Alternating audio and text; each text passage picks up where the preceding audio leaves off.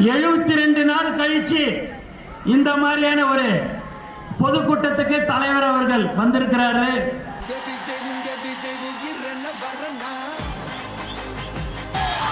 மதிப்புக்கும் மரியாதைக்குரிய தமிழக வெற்றி கழகத்தின் தலைவர் அவர்களே மற்றும் தளபதி நெஞ்சில் குடியிருக்கும் தோழர்களே, நிறைய ஒத்துழைப்பு கொடுத்தார்கள்.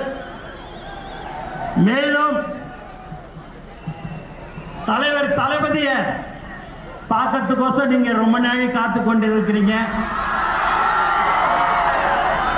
காலையில 5 மணியிலிருந்து எல்லாரும் நீங்க காத்திருக்கிறீங்க என்று சொன்னால் அதுதான் தலைவர் மேல் வைத்திருக்கிற பாசத்தின் காரணமாக, அன்பின் காரணமாக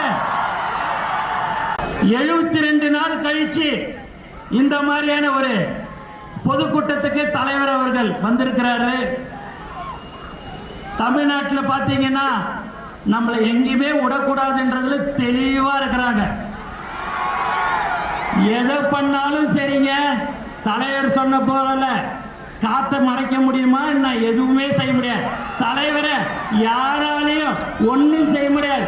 தமிழக முதலமைச்சராக 2026 தலைவர் தளபதி அவர்கள் வருவார். நல்லதை செய்யறதுக்கு உச்சியில் இருக்கும் போது இந்த மக்கள் எனக்கு அந்த பதவியை கொடுத்தார்கள், உச்சத்தை கொடுத்தாங்க. அந்த உச்சத்தில் இருக்கும் போதே வரணும்னு சொன்ன ஒரே தலைவன் நம் தலைவர் தளபதி மட்டும்தான்.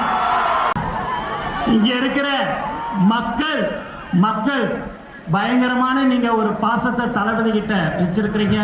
அந்த பாசம் புதுச்சேரி மக்கள் இருந்தாலும் சரி, தமிழகமாக இருந்தாலும் சரி, அது எந்த ஒரு தமிழனாக இருந்தாலும் சரி, யாராக இருந்தாலும் சரி, பாசத்தை காட்டுற ஒரே தலைவன் நம் தலைவர் தளபதி மட்டும்தான், தமிழக வெற்றி கழகம்.